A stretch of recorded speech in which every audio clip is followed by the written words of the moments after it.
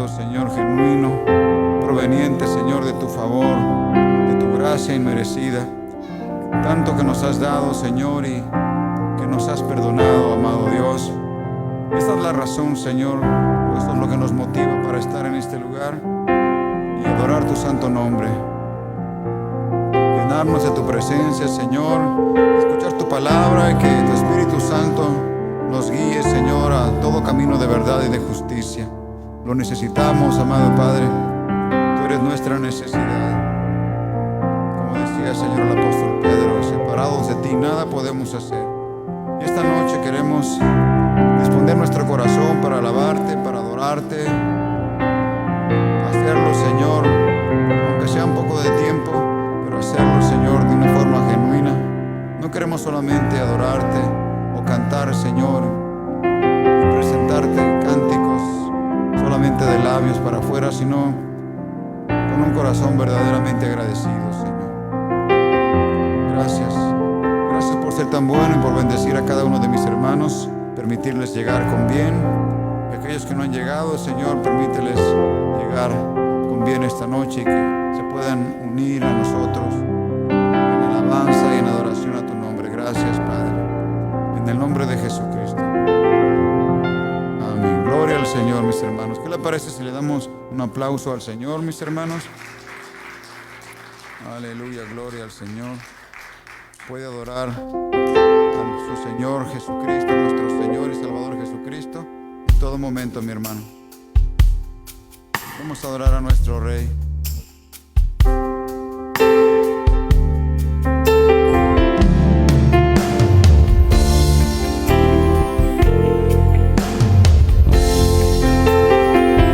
Sí, Señor, como el siervo brama, Señor, por las corrientes de las aguas.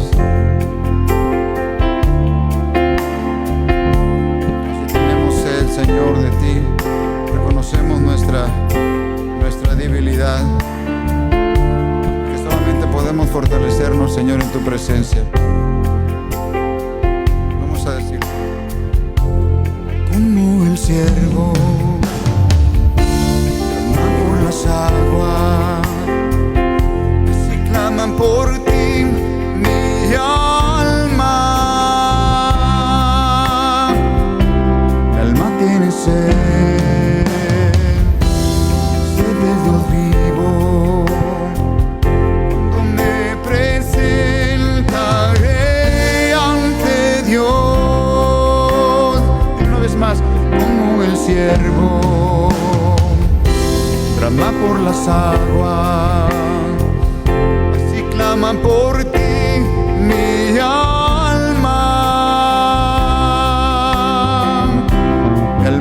Sed del Dios vivo, cuando me presentaré ante Dios. Fueron mis lágrimas mi pan de día y de noche, mientras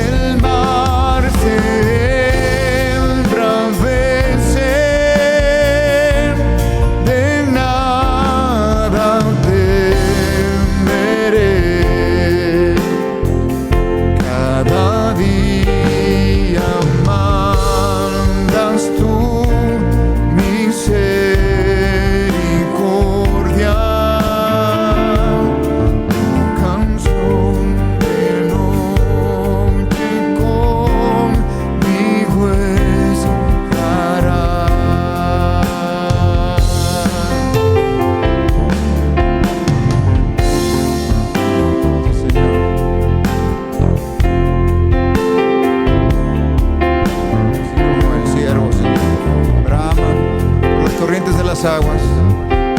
Vamos a decirle suavemente. Como el ciervo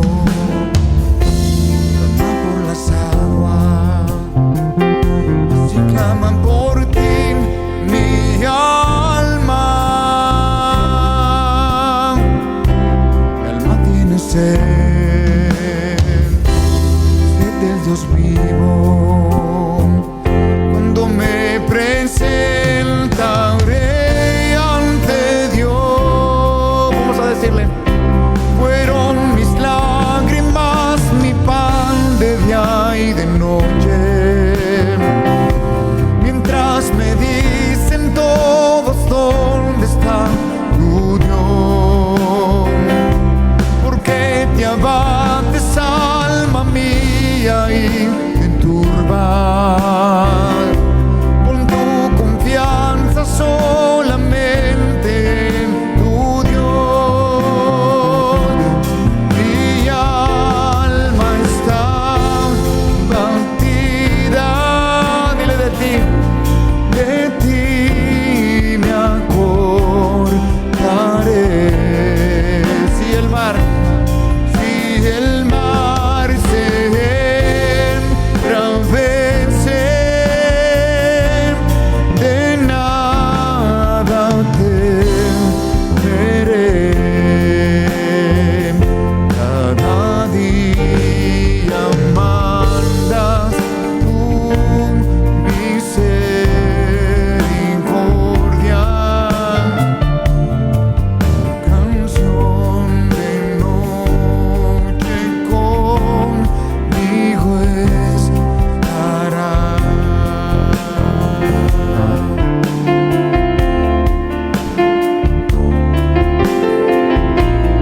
Mira tu Señor, en ti está mi confianza, Señor.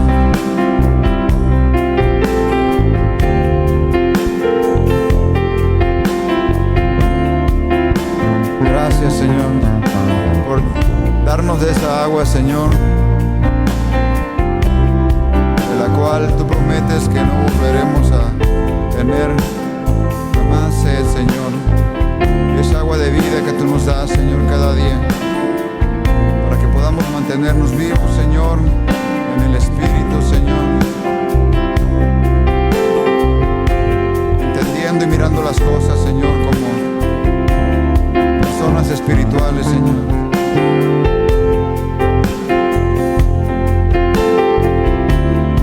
Gracias, Jesús.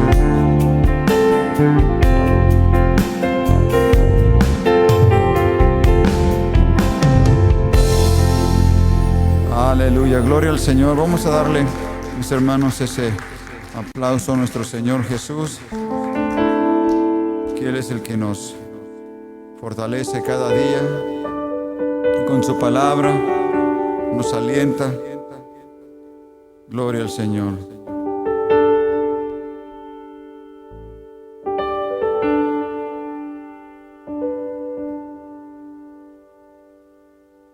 Gloria a Jesús.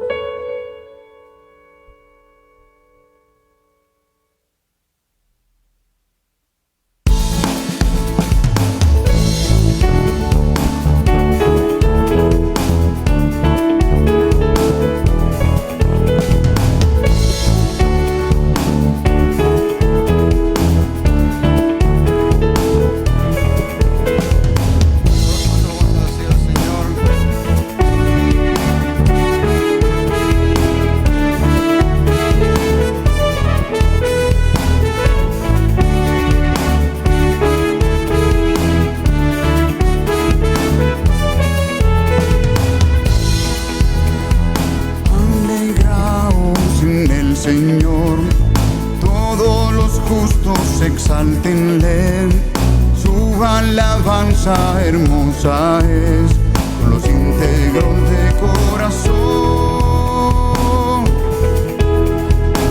Aclamad el nombre de Dios, arpa y salterio alábenle, canten con júbilo a nuestro Rey. Bien, una vez más. Alegraos en el Señor, todos los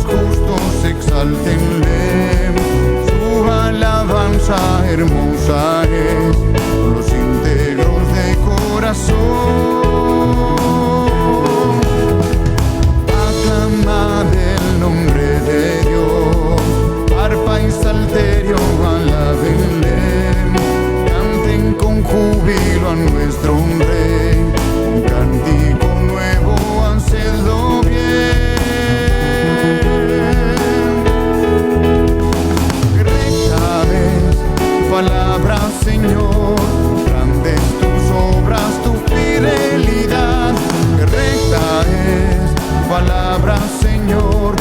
Dile, te llena la tierra de tu majestad.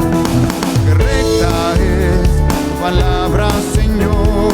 Grandes tus obras, tu fidelidad. Que recta es tu palabra, Señor. Ya llena la tierra de tu, Señor, majestad.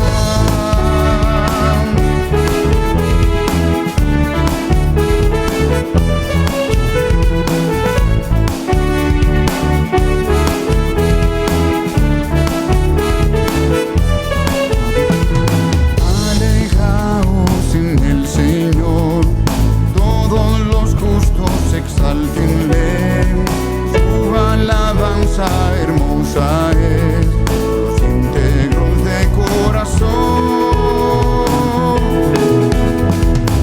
Aclamad el nombre de Dios, arpa y salterio alábenle, canten con júbilo a nuestro Rey, con cántico nuevo hacedlo bien, porque recta es tu palabra, Señor. Grandes tus obras, tu fidelidad. Que recta es tu palabra, Señor. Llena la tierra de tu majestad. Que recta es tu palabra, Señor. Grandes tus obras, tu fidelidad. Que recta es tu palabra, Señor. Llena la tierra de tu majestad.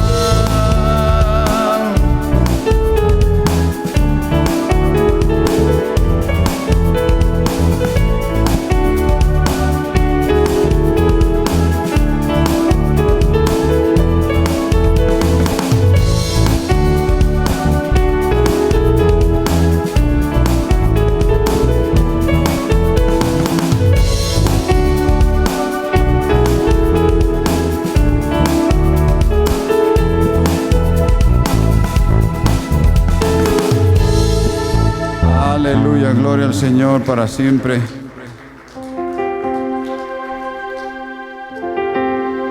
Gracias, Jesús.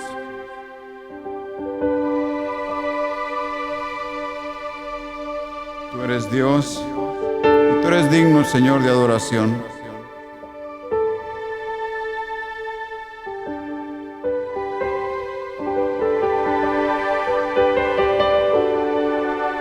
Vamos a adorar al Señor y vamos a decirle así: Señor, tú eres digno de adoración. Aleluya.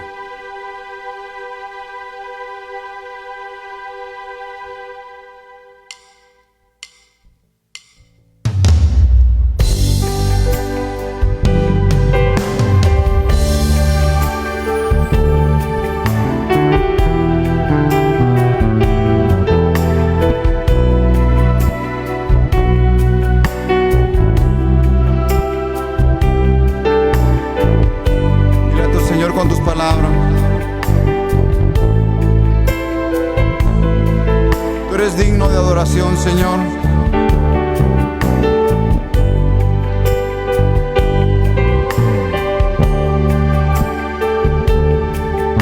Por eso hemos venido a adorarte.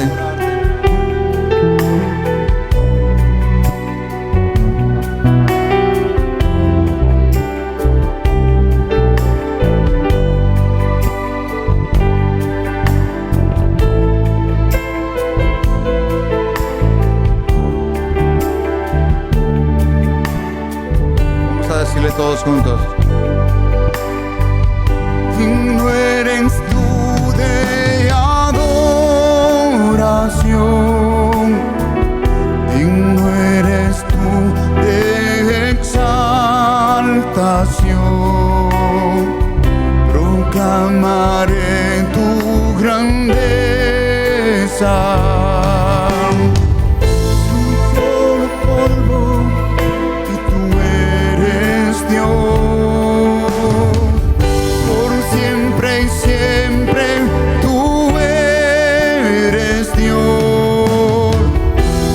Eternidad en tu mano está, contado contados están mis días,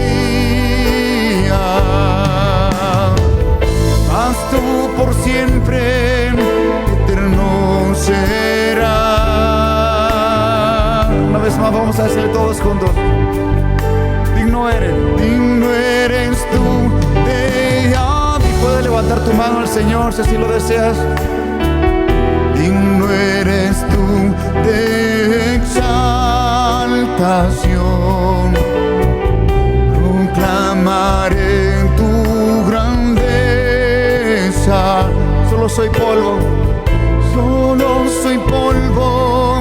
y tú eres Dios. Por siempre y siempre tú eres Dios.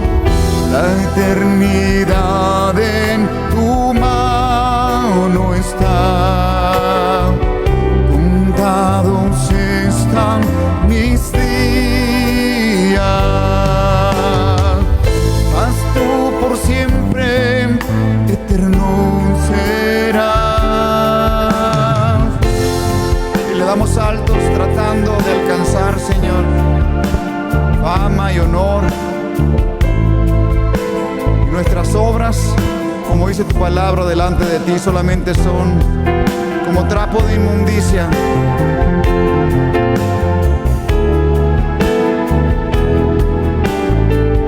Digno eres tú de adoración, digno eres tú de exaltación.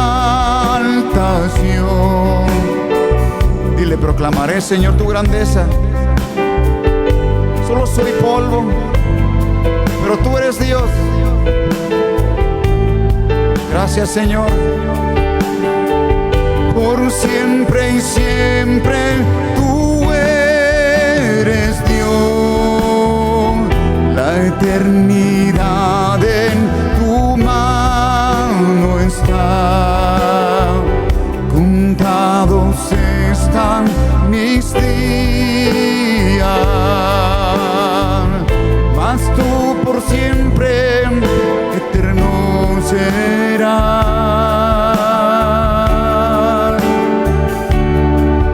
Damos saltos tratando de alcanzar fama y honor. Obras delante de ti, como trapo de inmundicia son. Nos gloriamos de nuestro ser, siendo sabios pero sin Dios.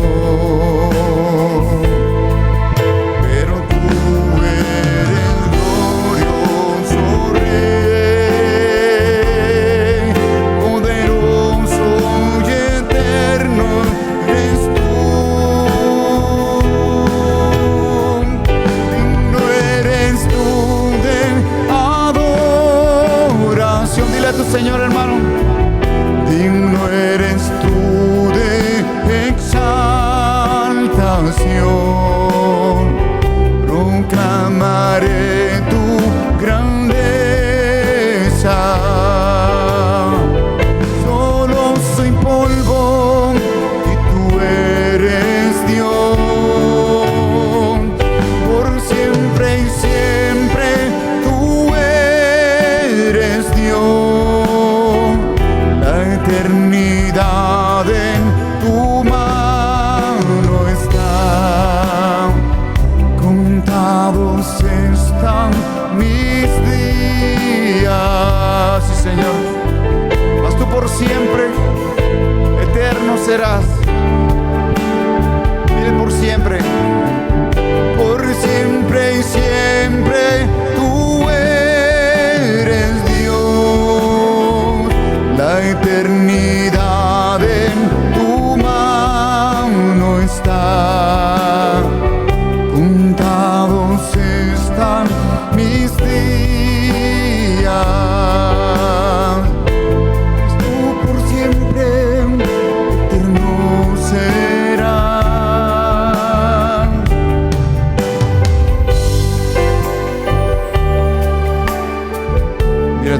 con tus palabras.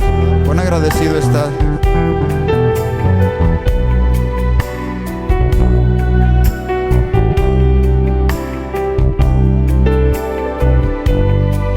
Te bendecimos, Señor.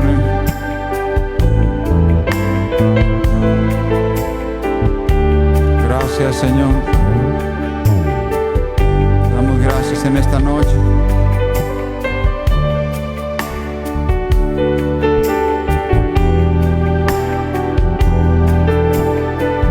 Nuestra vida, Señor, está en tus manos.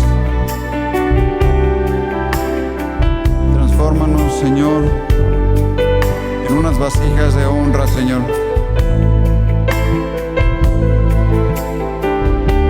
Gracias, Señor.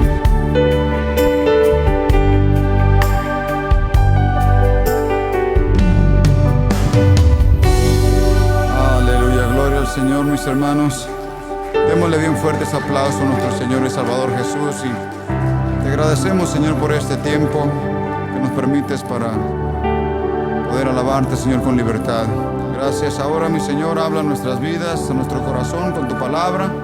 Nosotros estaremos, Señor, atentos para recibir, Señor, lo que tú vas a hablarnos en esta noche. Gracias, Señor. Amén.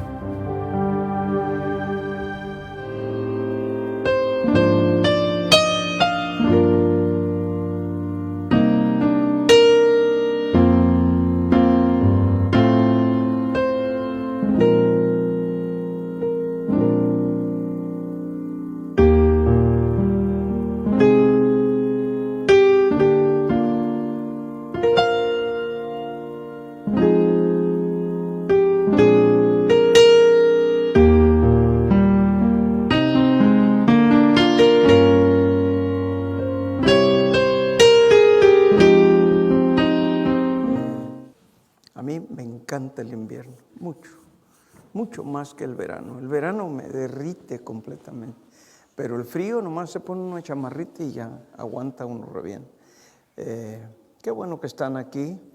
Vamos a tener este tiempo, a tomar este tiempo para recoger nuestros diezmos y nuestras ofrendas. Tenemos esta serie que estamos llevando a cabo los domingos. Esta serie de mayordomía. Acuérdese que la mayordomía tiene mucho más que ver con simplemente levantar nuestras ofrendas o nuestros diezmos. Se trata de buscar agradar al Señor, obedecer al Señor de acuerdo a sus mandamientos.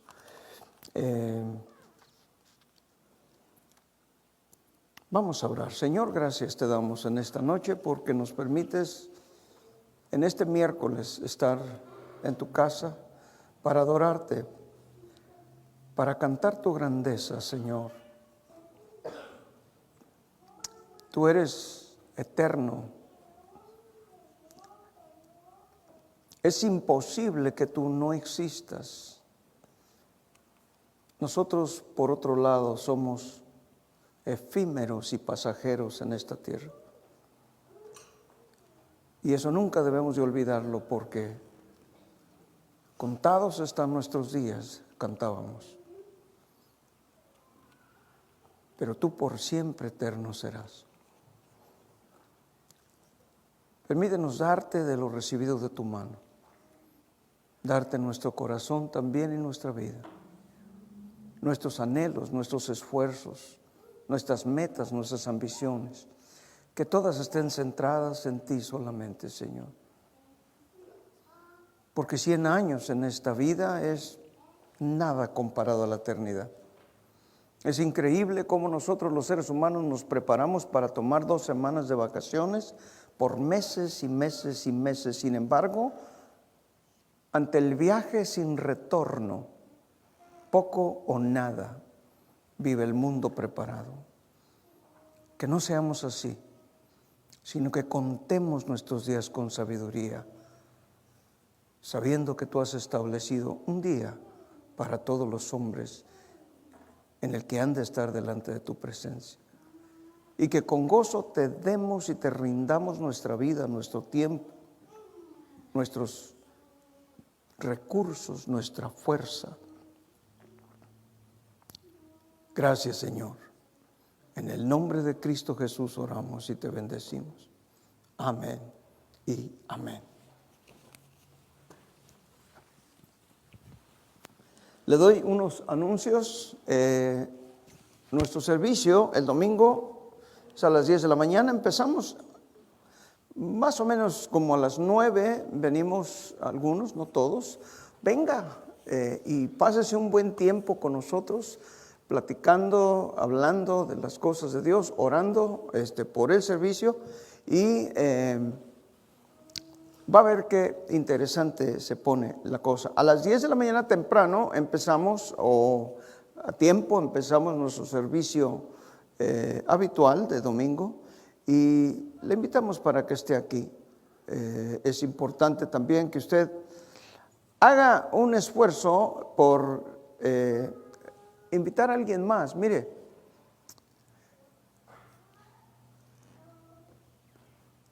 aquí no hacemos campañas de evangelismo enormes y esto. Estudios han sido realizados, han sido hechos, y hemos llegado a la conclusión de que la mejor manera de que la iglesia crece es cuando usted aprende y está convencido de lo que cree. Lo puede compartir con un vecino, con un pariente, con un amigo, con un compañero de trabajo, y los puede invitar. Pero más que eso, predique con su testimonio, para que la gente pueda decir: ¿qué tiene fulano de tal? Hay algo en él, en ella. ¿Qué es lo que la hace hacer o ser como es? Y entonces, como me encanta a mí esta forma de evangelismo, cuando me preguntan: oye, hay algo en ti, hay algo, no le atino, pero hay algo. ¿De veras quieres saber? Sí. ¿Me estás preguntando y quieres saber? Sí. Entonces, ¿quieres que te comparta la razón por la que soy así? Sí. Y vámonos, abren el camino para que uno les anuncie el evangelio de Cristo. Traiga a alguien, y verá, el Señor va a hacer la obra a través de nosotros. Él puede llenar este lugar y otros muchos, así, en un segundo. Pero Él usualmente usa a cada uno de nosotros, sus hijos, para que hagamos esa obra de evangelización que el mundo necesita.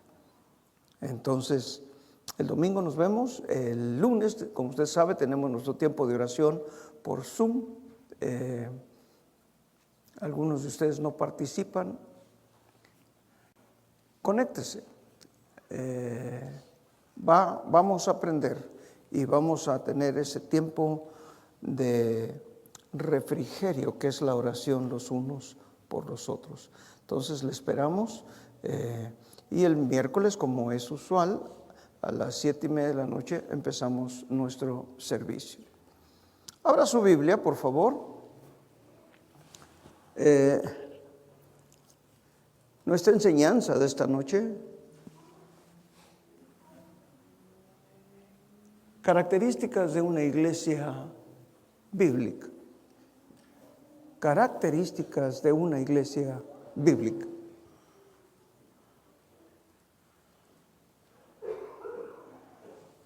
El texto que estamos mirando va a ser solamente la última parte de este verso de 1 Timoteo 3:15. La última parte dice así. Nos ponemos de pie para la lectura de la palabra de Dios, como hemos aprendido.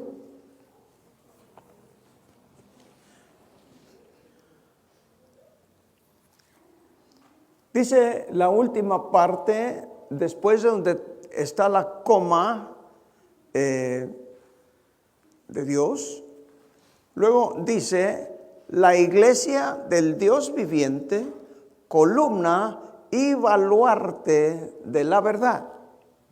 La iglesia del Dios viviente, columna y baluarte. Una versión dice apoyo Eso es un baluarte, un apoyo de la verdad. Vamos a orar. Señor, háblanos y enséñanos. Es importante que nosotros sepamos lo que es la iglesia, por qué existe y cuál es su propósito.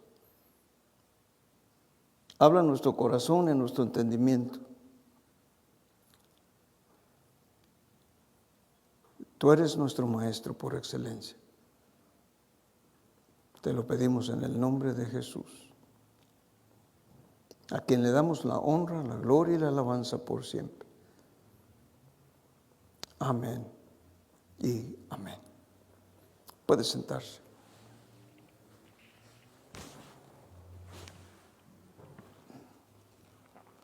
Mire usted, es importante entender lo siguiente. Lo que queremos decir con iglesia importa mucho. ¿Sabe usted que la mayoría de las referencias a la iglesia en el Nuevo Testamento se refieren a grupos específicos de personas en entornos locales? Tenemos la iglesia de Éfeso, la iglesia de Esmirna, la iglesia de Teatira, la iglesia de Corinto, la iglesia de Galacia, la iglesia de Tesalónica, etcétera, etcétera. En entornos específicos de personas, en entornos locales. Existe, y por ejemplo hemos aprendido ya, que hay una sola iglesia universal. Pero en su mayoría el enfoque de las referencias del Nuevo Testamento siempre son iglesias locales, así como la nuestra. Pero a través del tiempo esto se ha vuelto un poco más convolucionado, hasta turbio, diría yo. Hace algunos años, mientras vivíamos en Florida, una iglesia a la que empezamos a asistir se reunía en un cine. Pero en ese mismo local hacían cine igual. Uno podía ir a ver una película ahí, sin embargo, decíamos que era la iglesia. Me acuerdo que en una ocasión mi hija dice, ¿vamos a la iglesia o vamos al cine? Porque era un lugar donde también podíamos ir a ver una película, y no hay nada de mal en eso, siempre y cuando la película sea decente, ¿sí? Mi hija era de algunos 13, 14 años, pero ella dijo, no, la iglesia es el pueblo, es la gente, y tenía razón. Pero también llamamos iglesia a otro lugar de reunión que rentábamos cuando comenzamos una obra ahí. Había un edificio y le llamamos nuestra iglesia. Y la verdad es que la palabra iglesia conlleva bastante equipaje, y a veces cuesta trabajo. A menudo de maneras distintas o diferentes a las que enseña el Nuevo Testamento.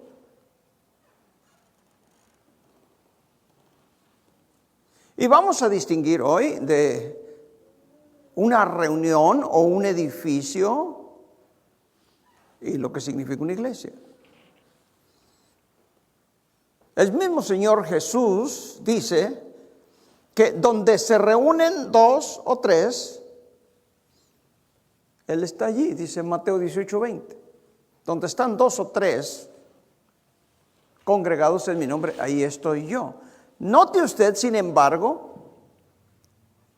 no dice que donde estén reunidos 2 o 3 sea automáticamente la iglesia. No dice así. No es una iglesia simplemente porque haya comunión entre hermanos y hermanas en Cristo, no necesariamente. La palabra de Dios, las Escrituras, dan un fundamento a las iglesias que define su propósito, su función, y por lo tanto da forma a cómo relacionarnos con el mundo que nos rodea. Por lo tanto, hay características particulares de una iglesia bíblica que deberían ser compartidas por todas las que se llaman iglesias. Algunas se llaman y no lo son. Independiente de su propia época o lugar en la historia, hay ciertas cosas y distintivos que convierten a una iglesia en una iglesia bíblica, y otras cosas que nos ayudan a diferenciar entre una iglesia y lo que no es una iglesia. Por ejemplo, un maravilloso estudio o un increíble estudio bíblico en un hogar o en un grupo familiar. Y yo he participado a través de los años en cientos de estos. Grupo de familias que se reúne regularmente en la casa de algún hermano o alguna hermana para adorar a Dios y para considerar la palabra, pero que no funciona bajo un liderazgo bíblico, ni participa en las ordenanzas de la iglesia. No es una iglesia, es un grupo bíblico. Otro ejemplo sería un estudio. Cuando yo iba a la universidad, había en la universidad, ahí en Los Ángeles, un estudio bíblico dentro de la universidad. Y nos reuníamos regularmente estudiantes en el campus de la universidad para adorar a Dios, pero no funcionaba bajo un liderazgo bíblico, ni tampoco participaba de las ordenanzas de la iglesia.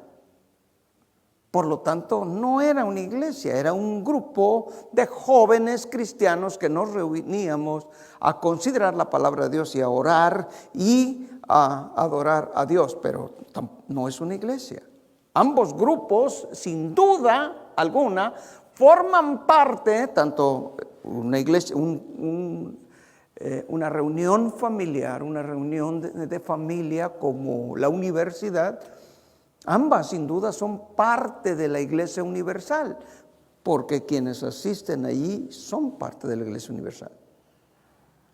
Pero no son una iglesia bíblica, normativa, como la describe el Nuevo Testamento. Del mismo modo, un edificio con columnas, ladrillos y símbolos religiosos tampoco equivalen a una iglesia. Fíjese que muchos edificios de iglesias antiguas a través del mundo están vacías. He tenido la oportunidad de conocer iglesias increíbles en Europa que están vacías. St. Stephen's Cathedral en Viena es una iglesia impresionante. No hay servicios. Nadie atiende a ningún servicio ahí.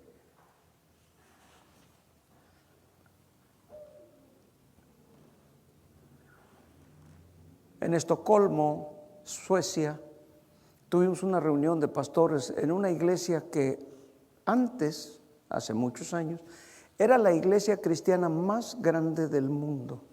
¿Saben lo que es hoy? Un casino, un salón de fiestas. Hay bailes, hay toda esa clase de cosas. Fue iglesia. Un edificio con columnas, ladrillos, mezcla, símbolos religiosos, pero no es iglesia, no más. Muchas de las iglesias antiguas en todo el mundo están vacías y hoy son convertidos en casinos, en condominios, en clubes y hasta en microcervecerías. En la ciudad de Guadalajara hay una iglesia, o hay un lugar más bien. Era una iglesia de más de 1,500 miembros.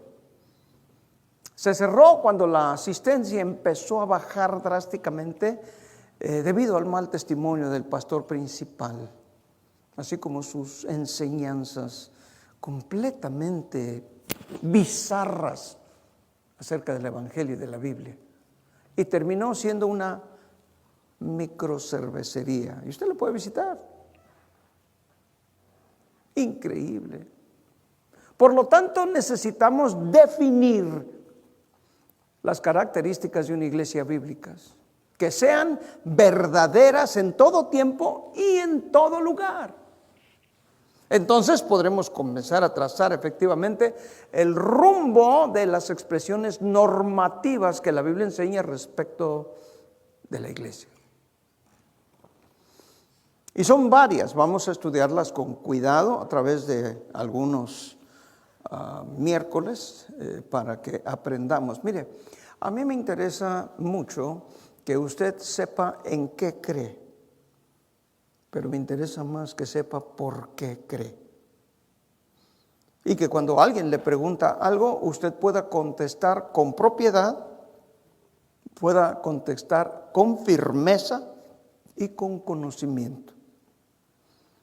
Hoy en día vivimos un evangelio en el que la mayoría de la gente tiene una falta de entendimiento y de conocimiento de la palabra de Dios que asusta. De repente le pregunté a un joven un texto y me dijo: ayúdate que yo te ayudaré. Ese no es un texto. Y usted conoce esa clase de expresiones.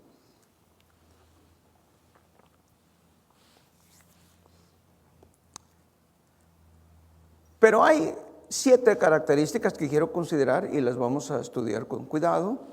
Y la primera es esta: la iglesia bíblica o una iglesia bíblica funciona bajo la exclusiva autoridad de las Escrituras.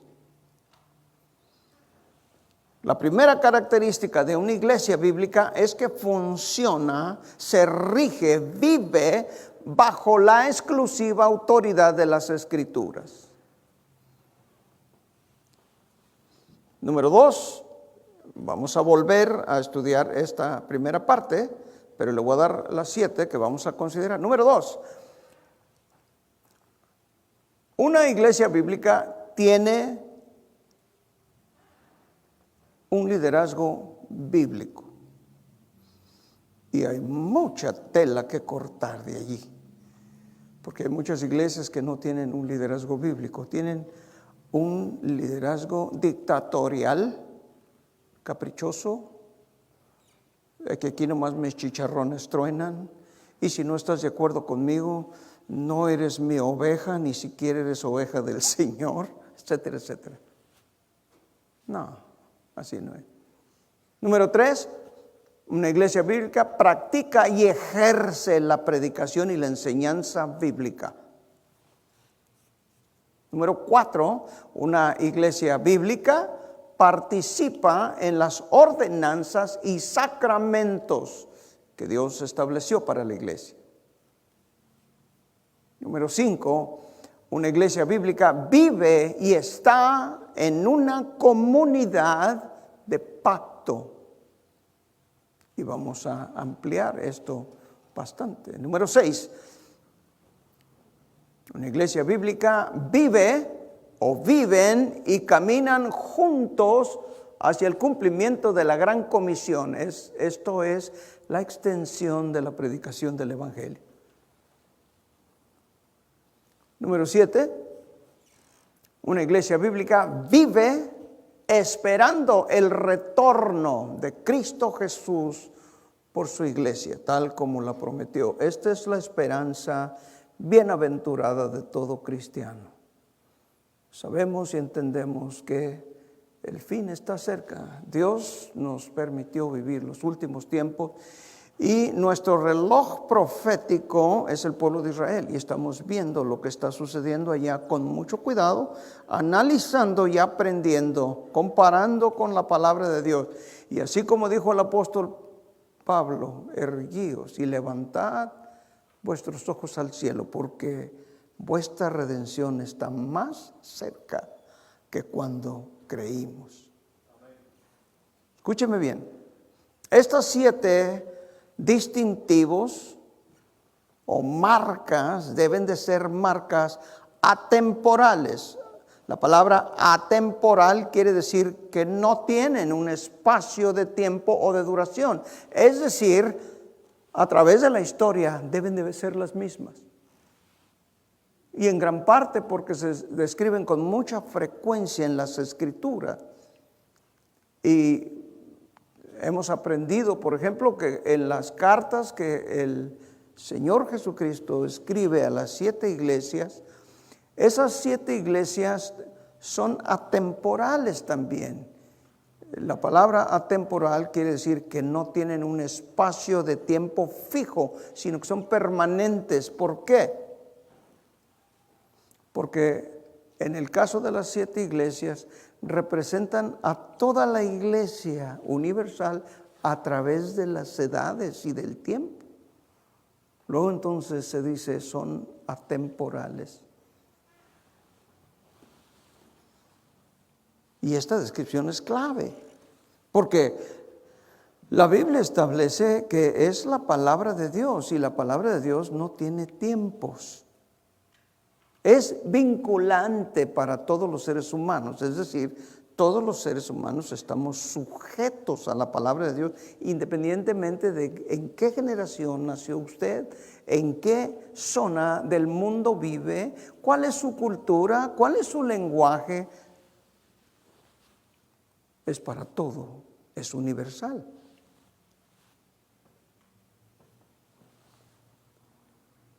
Así es. Por ejemplo, en ningún lugar de la Biblia va a encontrar usted un texto que diga, la iglesia debe tener un liderazgo bíblico. No dice así. Pero la suposición de esa presencia o de esos líderes bíblicos es muy obvia en el Nuevo Testamento. Y por lo tanto es una marca transcultural, o sea, que va más allá de toda cultura y de todo tiempo en una iglesia. El apóstol Pablo le dijo a Timoteo, te dejé en Éfeso para que arregles las cosas. Y le habla acerca de lo importante de poner pastores, líderes en la iglesia de cierto testimonio. Y eso nunca ha pasado. Es decir, no se ha terminado, sigue vigente. Es algo transcultural en todas y cada una de las iglesias. Sin embargo, todas esas marcas generales o todas esas características también deben tener una aplicación local aquí, en cada iglesia, en cada comunidad. En unas se expresa de un modo y en otras se expresa de otro. Pero le doy un ejemplo, en una reunión, en una iglesia que se reúne en una casa en Cuba, por ejemplo, esa comunidad de pacto puede que no tenga un pacto por escrito, como un pacto de membresía, por así decir, pero las 15 personas o 10 personas que hacen la iglesia bíblica ahí en ese país, o en Kenia, o donde el país que a usted se le ocurra, tienen el mismo pacto entre sí. Luego entonces son las marcas y las características de una iglesia bíblica. Y esta es una marca bíblica que puede aplicarse de diferentes maneras en diferentes lugares, pero sobrepasa todas las culturas. Y una iglesia bíblica, una iglesia fiel, funciona dentro de estas marcas. No le hace que esté en Senegal o en Selma o en México o en Japón o en Europa o en China o en Irán, donde quiera que esté. Toda iglesia bíblica debe llevar estas 7 características de una iglesia bíblicamente fiel. Pero vayamos allá. Funciona, número 1, bajo la exclusiva autoridad de las Sagradas Escrituras, la Biblia. Ahora bien, la Biblia, la palabra de Dios, o las Escrituras, específicamente han desempeñado un papel preponderante, importante y autoritativo en la historia de las iglesias cristianas. De manera especial en esta zona del mundo, el occidente. ¿Por qué? Porque la Escritura es la palabra de Dios escrita, revelada e inspirada por Dios. Y la autoridad de la Biblia se origina y se fundamenta en la autoridad de Dios. ¿Quién es el autor de ella? Si ustedes le preguntan, ¿cuál es el fundamento de tu iglesia? El fundamento de nuestra iglesia es Cristo y la palabra de Dios. ¿Por qué? Porque es la palabra revelada, es la palabra inspirada, sin error, perfecta y eterna. Esa es una respuesta completa. La autoridad de la Biblia se origina y se fundamenta en la autoridad de Dios, su autor. Autor de la iglesia y autor de la Biblia, la palabra de Dios. Mire, la infalibilidad bíblica constituyó una doctrina central en las iglesias de Occidente, al menos así fue hasta el siglo XIX. Infalibilidad significa que no tiene absolutamente ningún error ni ninguna falla, ni uno solo. He oído y he platicado con jóvenes que han dicho, pues yo no creo en la Biblia porque tiene muchos errores. ¿De veras? Dime uno. Y ahí empiezan a patinar, el que quieras. Del Antiguo o del Nuevo Testamento, ni siquiera saben que hay dos testamentos.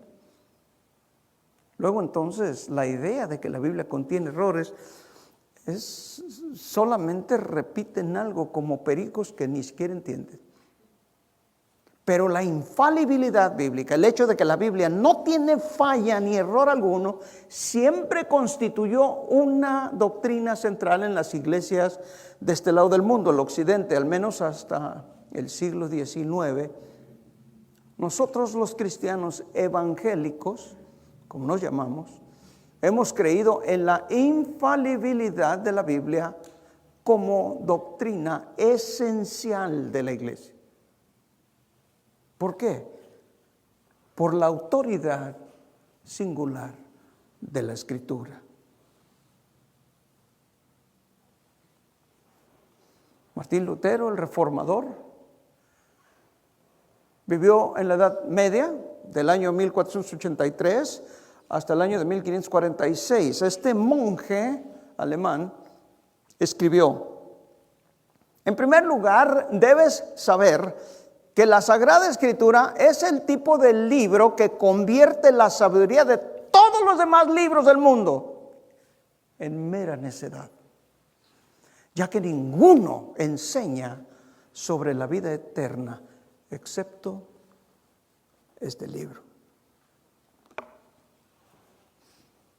El reformador protestante, la sola Escritura, él hablaba de eso, nos dice de manera infalible y perfecta cómo podemos ser salvos a través de la fe.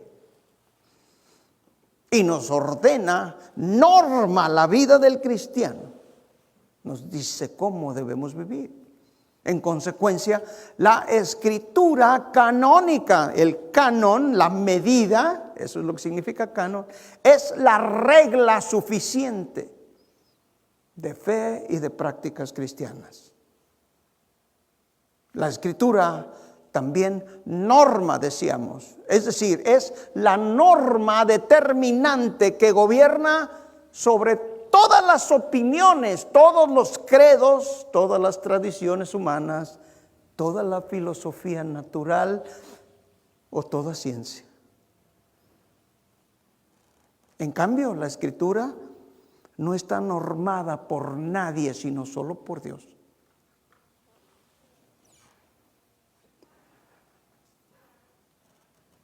¿Y cómo es esto? Bueno, es que el autor de la Escritura es un ser divino, es Dios mismo.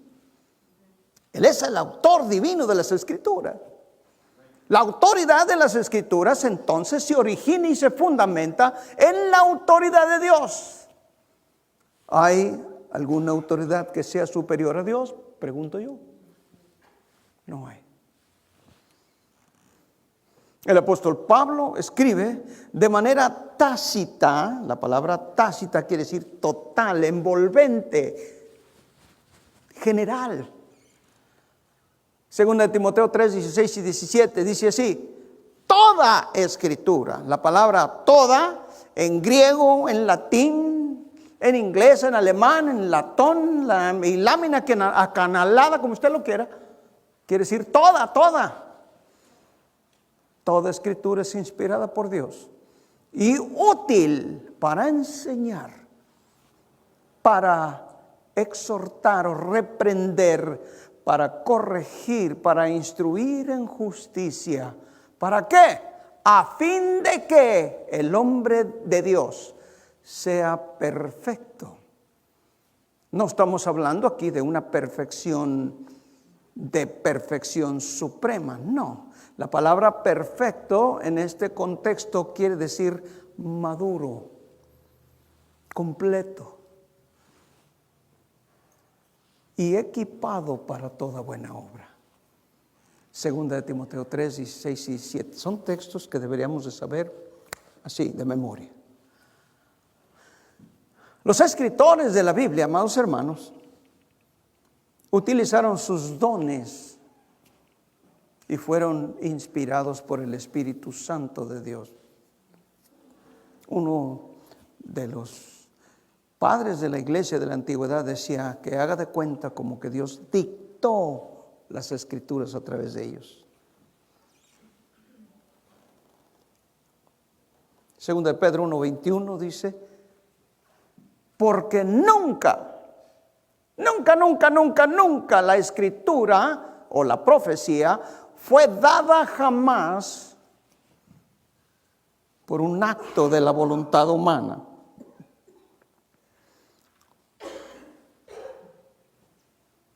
Nunca fue traída por voluntad humana, sino que los santos hombres de Dios hablaron siendo inspirados por el Espíritu Santo. Ahora, otra de las razones porque la Biblia es la norma de fe para nosotros, la iglesia, es el enfoque central de las Escrituras. Toda escritura, en todo lugar, trata solo de Cristo.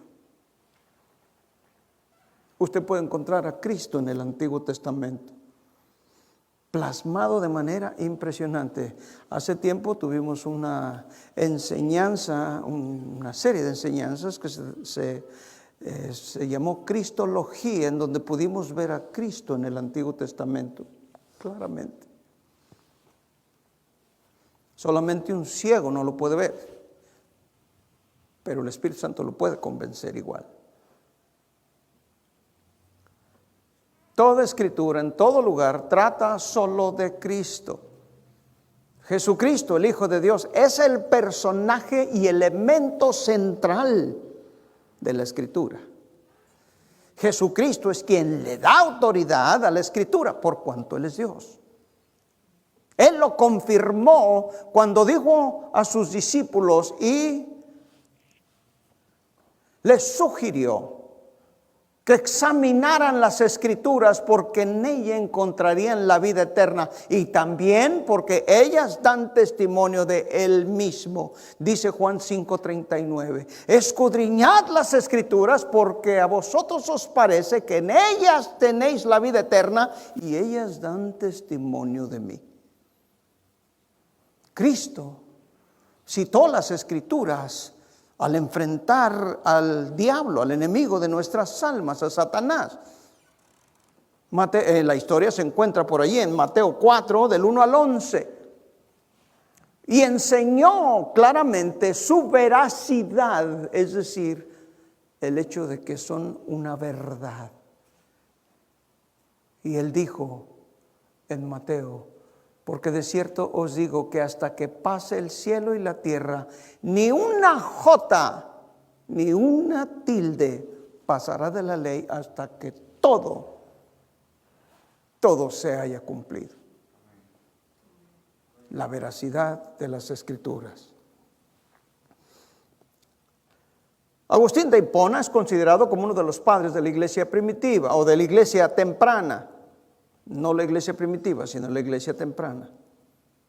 Desempeñó un papel clave en la articulación de la doctrina central de la iglesia, indicando, enseñando que la Escritura es la palabra de Dios escrita, la Biblia es la palabra de Dios escrita, revelada, es veraz o infalible. En su propia época, Agustín se encontró con críticos que plantearon preguntas sobre las supuestas discrepancias, según los críticos, que se hallan en las Escrituras, en los Evangelios. Y él escribió un libro bastante interesante, no está muy grande, pero es bastante interesante, que se llama La Armonía de los Evangelios. Usted lo puede encontrar, está muy interesante. Era un hombre de profundos conocimientos. Allí él proporcionó orientación sobre cómo se podían resolver estas supuestas discrepancias. No las hay. A veces el apóstol Juan, el apóstol Juan es un evangelio totalmente distinto a los otros tres, y pareciera que hay algo de discrepancia, pero no la hay en lo absoluto. Más bien es una confirmación el uno del otro, ¿sí? Y decíamos, Agustín de Hipona escribió La Armonía de los Evangelios. Curiosamente, 10 siglos después, es decir, 1000 años después, Martín Lutero indicó que los puntos de vista de Agustín, al someter su fe a la palabra de Dios, eran correctos. Y él dijo: sigo el ejemplo de Agustín, que entre otras cosas fue el primero y el único que, negándose a ser absorbido por todos los libros de los padres y santos, quiso estar sujeto solo a las Sagradas Escrituras. Y citó con aprobación una carta que Agustín escribiera en su tiempo defendiendo la veracidad de las Escrituras. Esto es lo que dice Agustín: me parece que las consecuencias más terribles y desastrosas deben ser consecuencia de nuestra creencia de que cualquier cosa falsa se encuentra en los libros sagrados. Es decir, pensar erróneamente que los hombres que nos han dado las Escrituras, es decir, los que escribieron la Biblia y se han comprometido a escribir, han puesto en esos libros algo falso. Y nunca fue así. Continúa diciendo: si usted admite una declaración falsa en un santuario de autoridad tan alto, entonces eche toda la Biblia a la basura. No hay ningún error, ni una sola frase, ni una sola palabra. Jesús dijo: ni una tilde, ni una coma.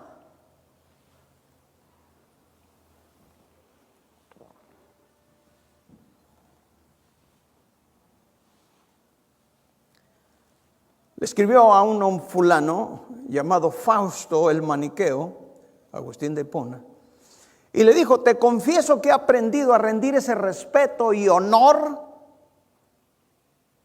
solo a los libros canónicos, es decir, los libros del canon, de la regla, los que se encuentran en la Biblia como auténticos y autorizados por el canon,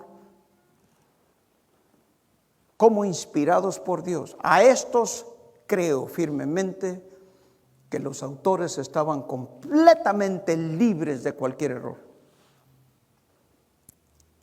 Pero si hubiera algo que no entiendo, entonces el error es mío.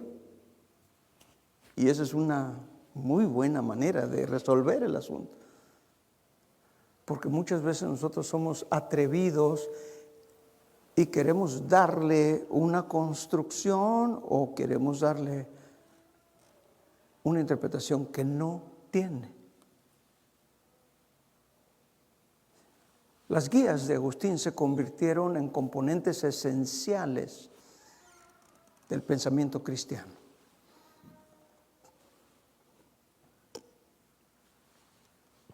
Mil años después, decíamos, Martín Lutero adoptó esa posición sobre la autoridad de las Sagradas Escrituras. Se le llamó sola scriptura en el idioma que reinaba en aquellos entonces, era el latín. Y allí fue este hombre reformador, Martín Lutero, en la famosa Dieta de Worms en 1521. Esa llamada Dieta de Worms, para que ustedes tengan un poquito de marco de referencia, de historia, fue una asamblea de los príncipes del Sacro Imperio Romano, llevada a cabo en ese pueblo llamado Worms en Alemania, así se llama el pueblo. Y ahí Lutero desafió abiertamente, directamente, la autoridad de la Iglesia Católica Romana.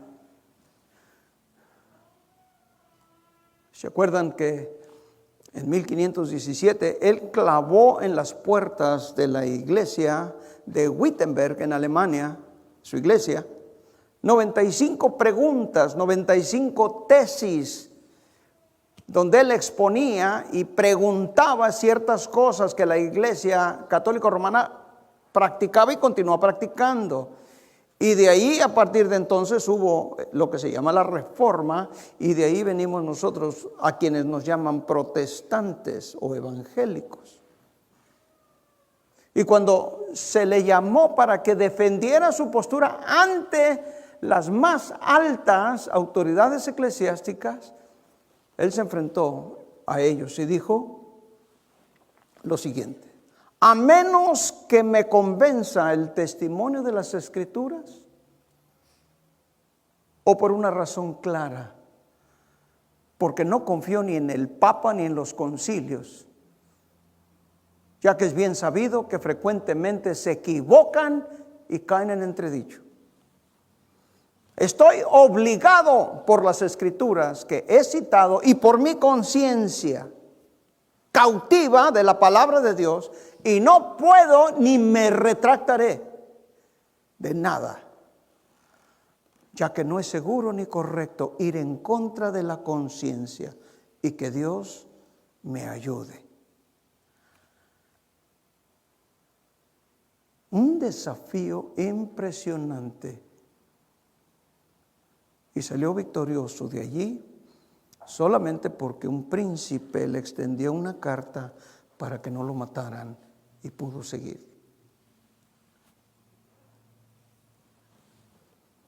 Un poquito más adelante, otro reformador llamado Juan Calvino,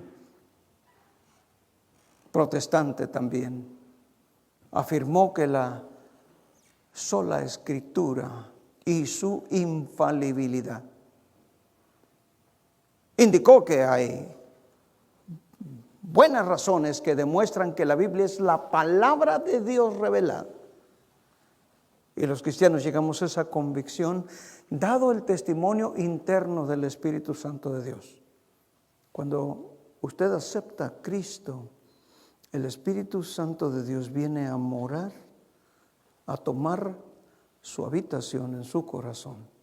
Y Él es el que nos guía, nos aconseja, nos convence de pecado, de justicia, de juicio. Y cuando empezamos a obrar fuera de la nueva naturaleza que Dios nos ha dado, Él es el Espíritu Santo de Dios, el que toca a nuestra mente, nuestro corazón y nuestra conciencia, y nos dice: Antonio, lo que estás haciendo no es compatible con la nueva naturaleza que yo te he dado. Tú no eres marrano, o burro, o mal hablado. Te he dado un nuevo lenguaje, una nueva mente. Ahora tienes la mente de Cristo, compórtate como tal. Y es así que nosotros pedimos perdón y volvemos al camino constantemente. Porque a los cristianos no les sorprenda, también pecamos. El apóstol Juan, escribiendo en sus 3 cartas antes del Apocalipsis, dijo: si alguno hubiere pecado, acuérdese que está escritas para los cristianos. Abogado tenemos para con el Padre, a Jesucristo el justo. Él es fiel y justo para perdonar nuestro pecado y limpiarnos de toda maldad. Calvino indicaba que el Espíritu Santo acomoda la Escritura a nuestro entendimiento. ¿Por qué? Porque nosotros no podemos entender el lenguaje. Ya el apóstol Pablo indica en la Biblia que lo espiritual ha de discernirse espiritualmente y lo carnal choca con lo espiritual. No pueden entenderla porque no conocen al Espíritu, ni le han visto ni lo conocen. Por eso Calvino instó a los predicadores, a los pastores, a centrar su predicación en la palabra de Dios. Después de todo, Calvino dice lo mismo que repite, o más bien, sí, Calvino repite lo que dice el libro de los Hebreos. Hebreos 4:12. Fíjese lo que dice Hebreos 4:12.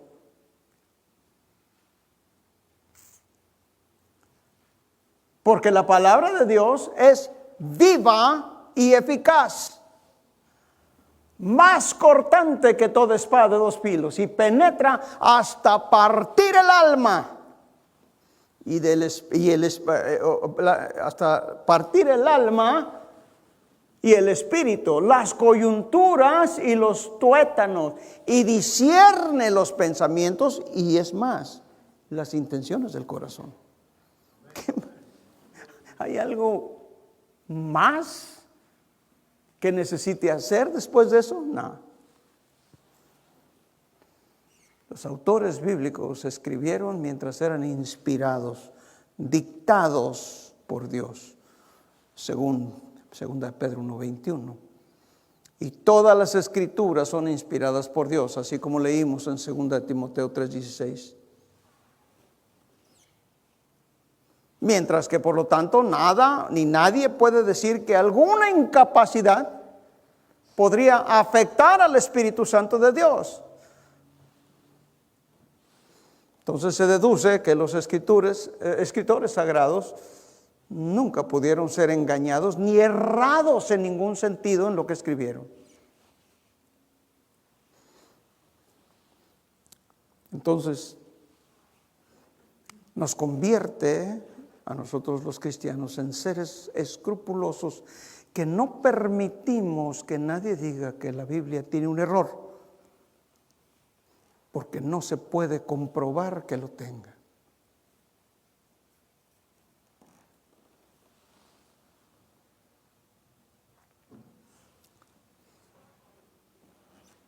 Esto cambió bastante en el siglo XIX. Ya desde el siglo XVII, algunos llamados cristianos, y aquí es donde entramos en la cuestión de quiénes son iglesia y quiénes no son.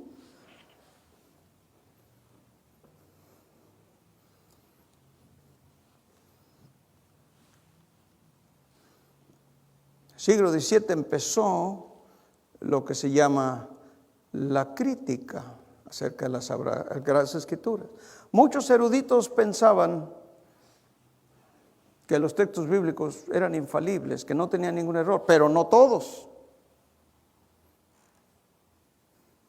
Y empezaron a buscar lo que se llama la crítica sacra, un recurso para respaldar su intento por reestablecer los textos originales de las Escrituras. Ellos decían que a través de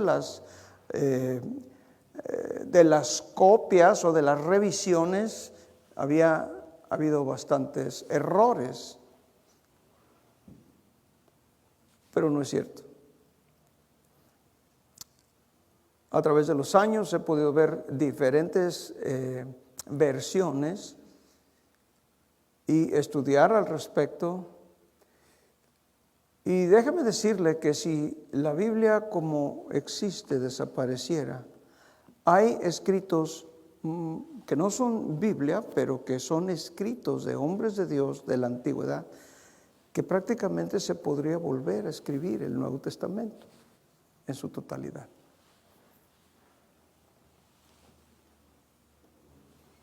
No se puede dudar de las verdades contenidas en las Sagradas Escrituras. Son infalibles y de autoridad divina, porque provienen de Dios, quien al hacerlo utilizó el ministerio de los hombres como intérpretes de su palabra. Los hombres han sido depositarios de los libros sagrados.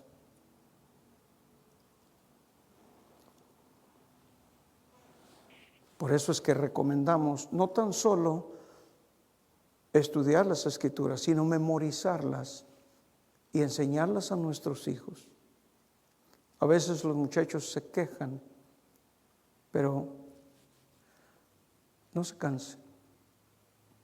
He tenido testimonios veraces de jovencitos y jovencitas que durante mucho tiempo se quejaban, pero de repente cuando se encontraron en encrucijadas de la vida, en situaciones terribles de la vida, se acordaron de un texto que sus papás, su mamá les enseñó, y fue lo que les sostuvo de caer en situaciones muy terribles y desagradables.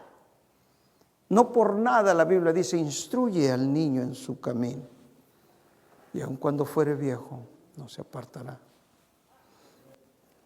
El Antiguo Testamento dice, estas palabras enseñarás a tus hijos en el camino. Cuando estés en la cama, en la casa, sentado, acostado, enséñalas. Son palabras vivas.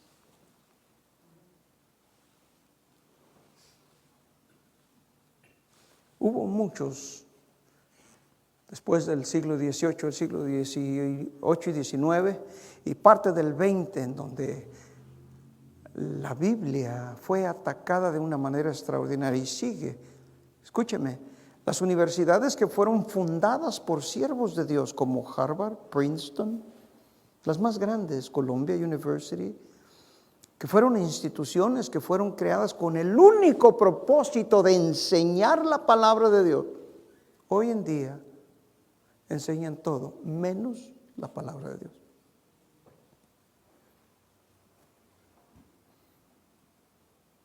Hay seminarios en California donde los profesores son ateos. Enseñan de Dios, pero no creen en la infalibilidad de las Escrituras ni la inerrancia de las Escrituras. Ellos dicen que la Biblia contiene algo de verdad, pero que no es la verdad completa. Yo diría que mejor se pongan a vender zapatos o semillas de plano. Es la autoridad.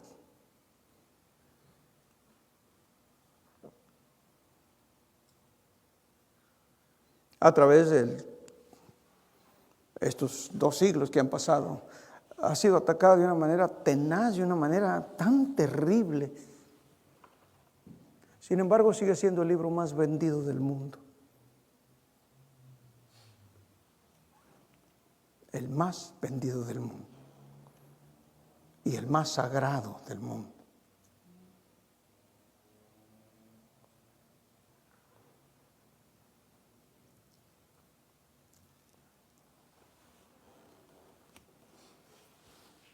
Los que defendieron la inerrancia de la Biblia fueron famosos predicadores de antaño como Spurgeon,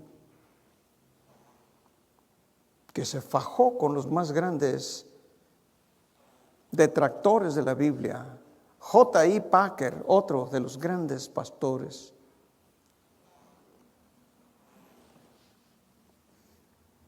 Y él decía que después de escuchar a los predicadores predicar, los feligreses deberían decir, escuché en el sermón lo que dice la Biblia.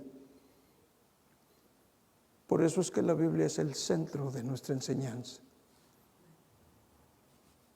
No enseñamos filosofía. Entendemos la filosofía, pero no enseñamos filosofía. Enseñamos solamente la Biblia, la palabra de Dios. Es nuestra norma. Es la única regla de fe y prácticas cristianas. Es normativa para nuestra vida. Es nuestra guía mientras estamos en esta tierra. Y es lo que nos enseña y nos dice cómo llegar al reino de los cielos. Ningún otro libro hace eso. Y como decía Lutero, la Biblia pone en vergüenza a todos los libros del mundo porque no enseñan otra cosa que valga la pena. Cosas necesarias nos enseñan en la escuela,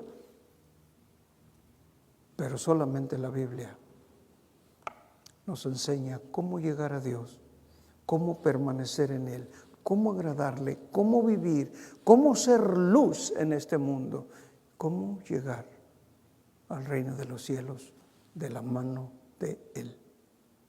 Póngase de pie.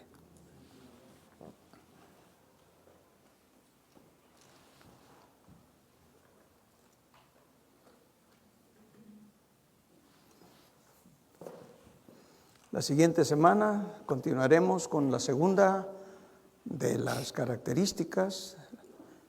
Una iglesia bíblica tiene un liderazgo bíblico. Esa será nuestra enseñanza de la siguiente semana. Señor, te damos tantas gracias porque te conocemos a ti,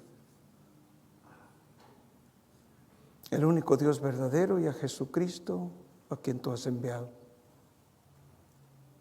El apóstol Juan expresó en una de sus cartas: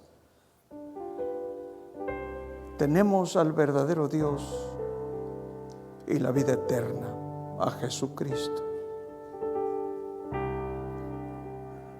Tenemos tu palabra, que tú amaste, que tú enseñaste y que tú inspiraste para que los santos hombres de Dios las escribieran para nuestro beneficio. Gracias, Señor. No de balde dice tu palabra: lámpara es a mis pies tu palabra y lumbrera a mi camino. Es como un faro que alumbra en medio de la noche y de la tempestad, que nos aclara las dudas, que nos da valor y fuerza, nos da fe, nos da entendimiento, nos quita lo ignorantes y nos da sabiduría, sabiduría del cielo que el mundo no tiene ni conoce. Gracias por tu palabra. Permite que cada uno de nosotros la abracemos y la amemos entrañablemente, porque es tuya y tú eres nuestro Dios. Enséñanos a estudiarla, enséñanos a aprenderla, a memorizarla, pero más que todo a vivirla. Ayúdanos a ser una iglesia bíblica y no permitir que ninguna idea, ninguna influencia fuera de tu palabra entre en este lugar para tener influencia en nuestra manera de hacer las cosas o de vivir. Solo tu palabra. Gracias, Señor, por ella. La amamos con todo nuestro corazón y la seguiremos hasta el último día de nuestras vidas. Porque tu voluntad y tu palabra son una sola y la misma cosa. Así lo expresaste tú. Y tu voluntad es tu palabra, pero también es nuestra santificación, que nos apartemos del mal. Enséñanos, Señor, y ayúdanos a crecer en ella y hacerla parte de nuestra vida. Oramos en el nombre de Cristo Jesús, nuestro Señor, nuestro Salvador, a quien sea dada la honra, la gloria por los siglos de los siglos. Amén y amén.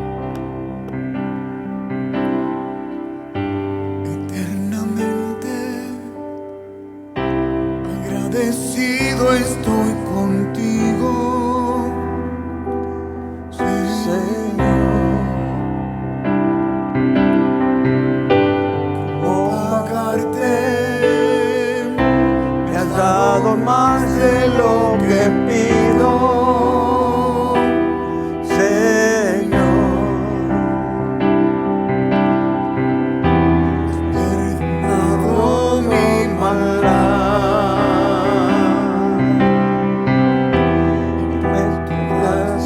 Nueva vida tengo yo. Quiero agradecerte todo lo que has hecho tú por mí, Señor. Hoy lo he decidido, viviré tan solo para ti.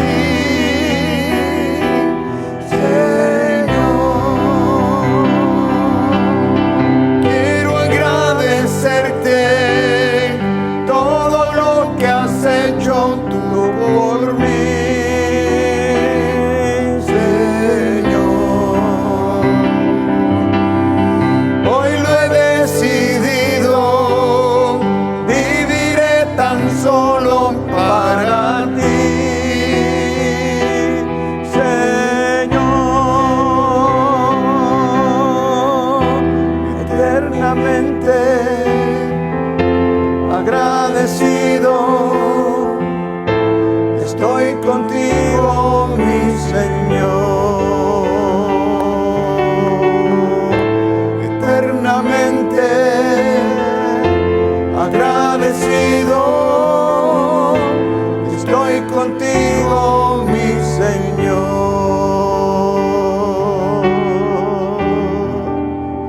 Sí, Señor. Gracias, Señor, por tu palabra, que es vida, vida eterna para nosotros. Llévanos con bien a nuestros hogares con tu bendición y tráenos nuevamente el domingo para estar contigo, para adorarte, para escuchar tu voz y para aprender de ti, de tu palabra. Que el amor de Dios el Padre, la gracia de nuestro Señor Jesucristo y el Espíritu Santo de Dios esté con nosotros desde ahora y siempre, para siempre, jamás. Amén y amén. Que pase buenas noches, que descanse. Nos vemos el domingo con la ayuda de Dios. Gracias, buenas noches.